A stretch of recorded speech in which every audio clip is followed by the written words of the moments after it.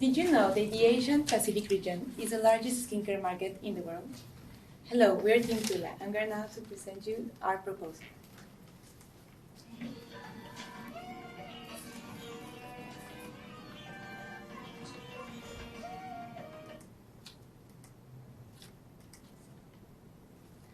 Now, about forest essentials. These redefine traditional Ayurveda infusing with modern luxury, creating a sensory and indulgent experience for its customers, starting by having a commitment to use cold-pressed oils, potent herbs, and traditional methods. This ensures quality. Also, they planned a global expansion and they debuted in the UK. The COVID-19 impact boosted their sales, so that is key for the success for forest essentials. The key problematics the company is facing, first of all, is the need to explore new markets. There's a lack of understanding if they want to stay in India or go to a new market, and they want to position themselves as a luxury brand. The absence of a triple bottom line approach. So a strong commitment to the people, planet, and profit is a really good thing for appealing to a new generation of young adults. And the concern about packaging design. Estee Lauder wants a more minimalist, modern design, but Forest Essential wants to keep their intricate Indian elements inside of their packaging and products. Now we have the global trends in 2023. Is the sustainability and ethics comes together, e-commerce and in-store experience balance, the minimalist burnout, and finally the breaking cultural barriers, strengthening inclusivity. You can Thank you. No.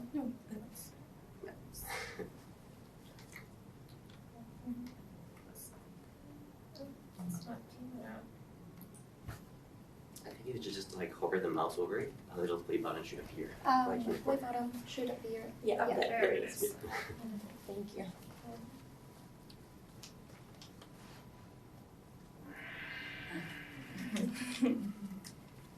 Well, why Japan? In our market research, we found out that the top 4 countries that spend the most in skincare is actually South Korea, Japan, China, and USA. Well, South Korea has a very strict regulations, high cultural barriers. Then China has a very strong local competition, like USA, but actually in USA they have a lot of demand of quality standards. Then Japan, we think that is the best option because they have a strong skin culture and they innovate a lot.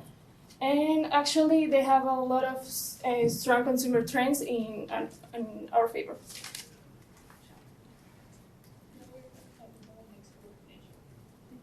Please.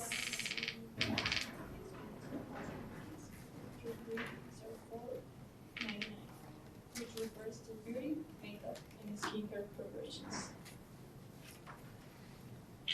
Export potential for these home products runs about $7 million, which is very good and there is a clear opportunity. Also, we recommend export through e-commerce in addition to the just physical stores that we explained later. This channel, in addition to being so important, actually 90% of the population aged 15 and over years use digital payments in Japan. It is worth to mention that Japan is the 4th largest e-commerce market in the world, and it is estimated that e-commerce will grow 6% annually until 2025. Now the market access. Well, we want to export to India and the custom tariff of import duty is 30%. The trade remedies, they have none. And regulatory requirements in total are 36. They will be attached in a file defined.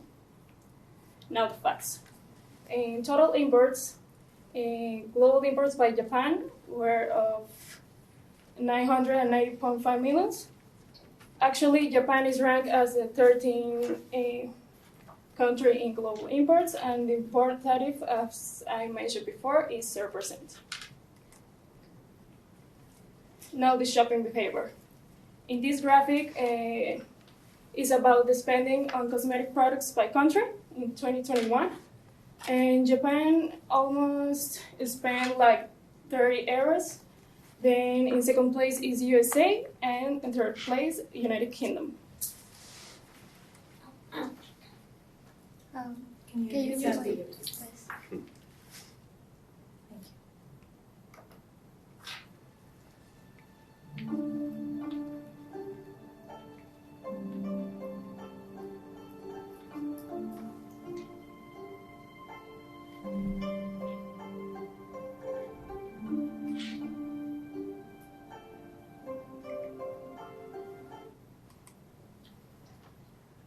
That's also videos. Thank you.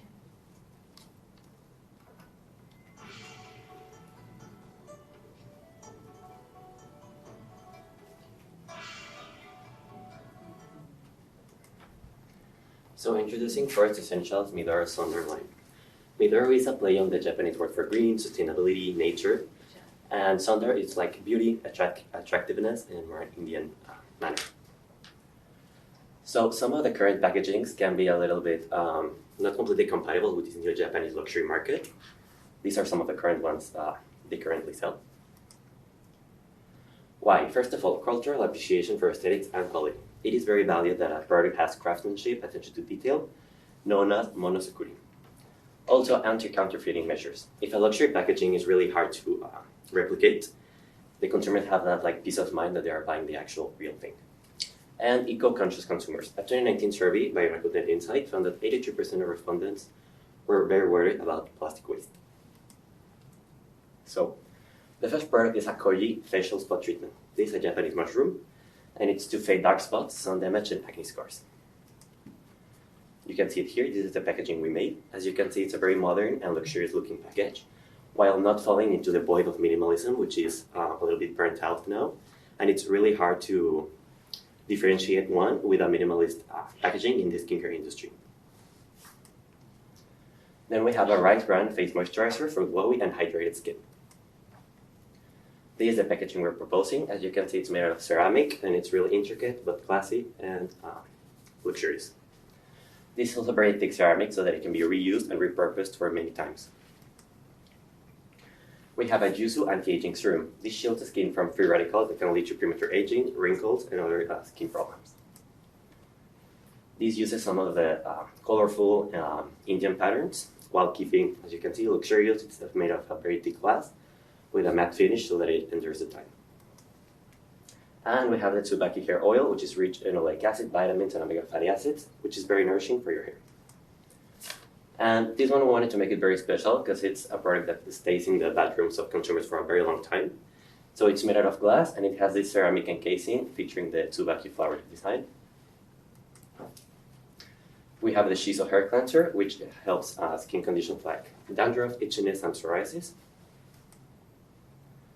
It's also made out of ceramic, very intricate carvings. And finally, we have the Shikon body soap. Also known as Shikonin, it has natural antibacterial properties, making it effective in cleansing the skin and potentially helping with minor skin infections. It has the iconic purple of this Japanese root. And as you can see, there is no package because it's soap, so there's no need for any packaging, luxurious or not. And this new packaging is going to be made by some companies like Classics India and Vitrum Glass, which offer custom design services for them in both glass and ceramic. We want Forest Essentials to become more sustainable. They now have eco-friendly packaging, natural and ethical ingredients, and some certifications. But we want to add some e-commerce circular economy and also in-store. We want to people go and give their empty Containers? yeah. So they can get an exchange and they will get some discount on their shop. We want some vertical agriculture and transparency in their processes. So video, please. Sorry. Offer discounts on shipping in online shopping if customers have empty product containers. Include a return shipping label in the delivery box for customers to place their empty containers and have them picked up at their doorstep. In the long term, we aim to implement a monthly subscription where customers can sign up and choose the products they wish to receive each month. This way, they can schedule their deliveries and container pickups, fostering customer loyalty. With this, we aim to promote a circular economy and recycling of products. Now, speaking about the vertical agriculture, it is resource efficient with controlled growth conditions to reduce water and pesticides. Also, this avoids deforestation and minimizes transportation for a smaller ecological footprint. We saw a social problem because in Japan there are unfair labor practices in the agriculture. These affect workers under the Technical Intertraining Program. This is a government program, and it has drawn some criticism because they work a lot and receive very little money. They toil for over 12 hours a day, 6 days a week. They have exposure to chemicals because there is a lack of safety, and they endure verbal and physical mistreatment. We want Forest Essentials to hire these farmers and provide better employment opportunities, also social programs for their children while training them on the vertical farming to contribute to the company's sustainability. Now we have the financials. As you can see, the initial investment is $176 million, and this is the result. For the sales in 2023, we projected the given revenue of 2021, and we used the CAR for the percentage. Then we made 3 case scenarios, and we projected it into 5 years. For the base scenario, we used a 5% increment in sales. For the optimistic, we used an 8%, and for the pessimistic, a 1%. The percentages are held by the analyst expectations in the market. Now the payback period will be in the base scenario 76 days after launch, then 74 days and 79 days after launch. We use a formula for the internal rate return. And finally, we have the enterprise value. As you can see, this is the terminal value in which we use the weighted average cost of capital of 10.5%, which is the one that Japan uses in the market of the luxury goods right now. This is the present value, which is the money that an investor needs to buy the company right now. And this is the final value of the enterprise with the projected free cash flows of 2028. Yeah. So to conclude with the benefits of this proposal, this new line called with our sunbar, it's socially responsible, it's triple bottom line compliant, it uses vertical agriculture to be sustainable, it complies with the trends of the current world and market, it ensures a smooth penetration into the Japanese market, and it's very ethical. For the packaging problem, it's luxurious, but they keep their Indian presence totally and also use emblematic Japanese ingredients so that it's easy to recognize for the new market. It's top-notch quality, both for the product and the packaging. It's modern. And for the financials, we have an 8% sales growth, a reasonable initial investment, a short payback period, and an increased enterprise value overall. Here are the attachments. In the attachments also is a file where I put like steps like a guide, so you can export the product to India. It's like more technical and specific. And here's our team. It's me, Carlos Lopez Velarde, Michelle Navarro, Maria Fernanda Ru, and Geraldine Garcia. Thank you. Thank Thank you very much.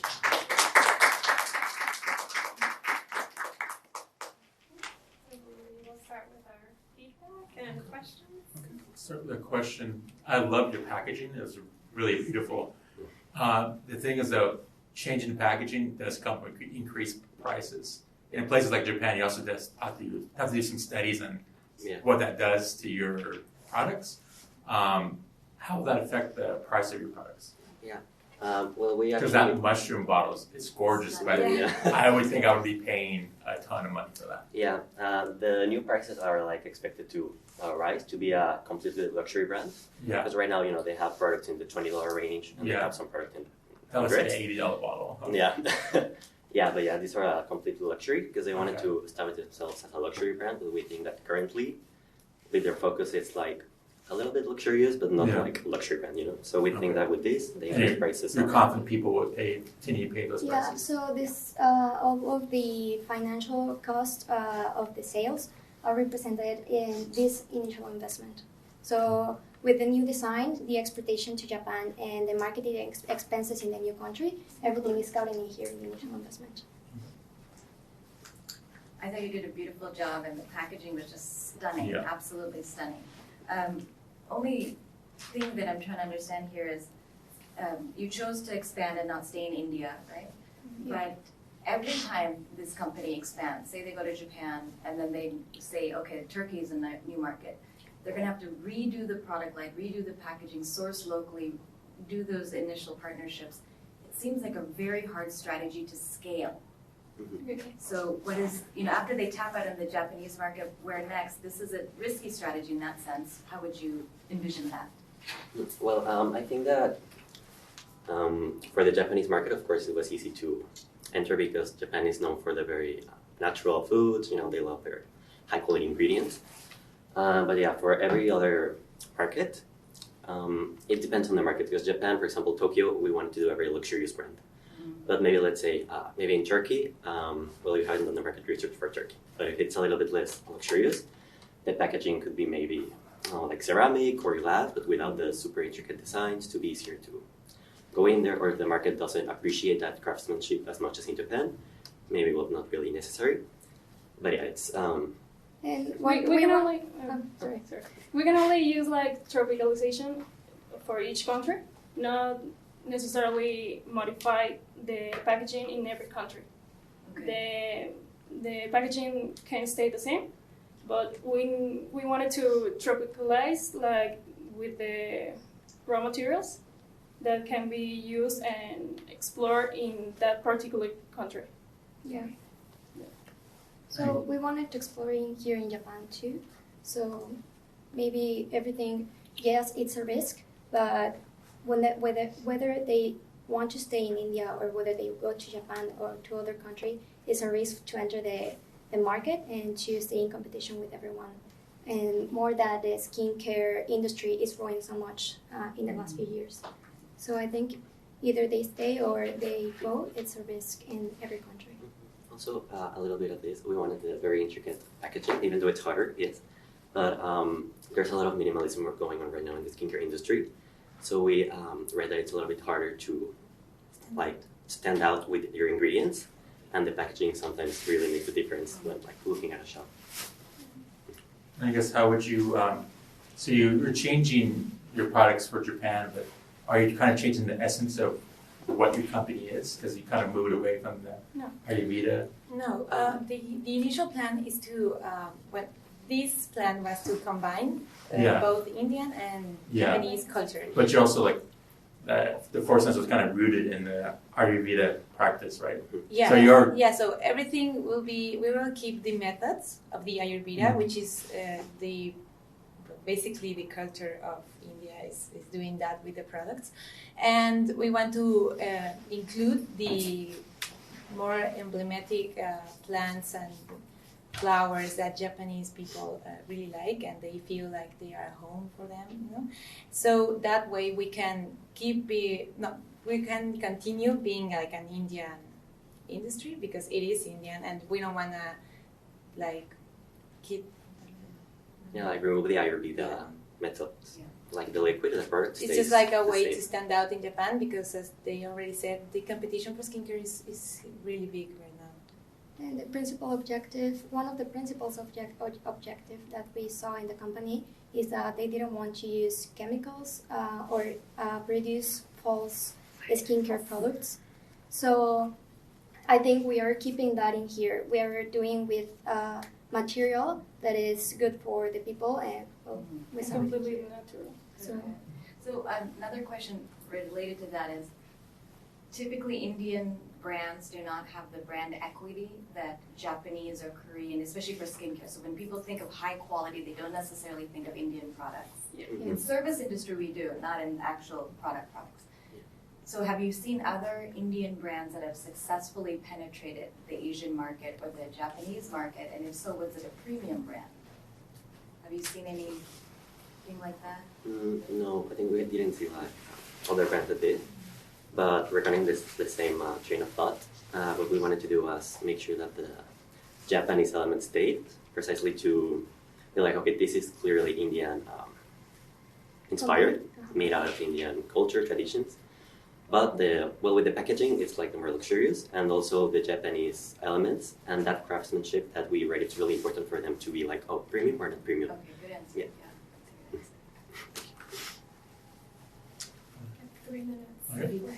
Okay. Yeah, I would say I think it's easier to kind of root for you if you introduce yourself first, so I know who you are. So I would say do that first, Okay. and then maybe a couple less videos, because I want to hear you all talk, Okay.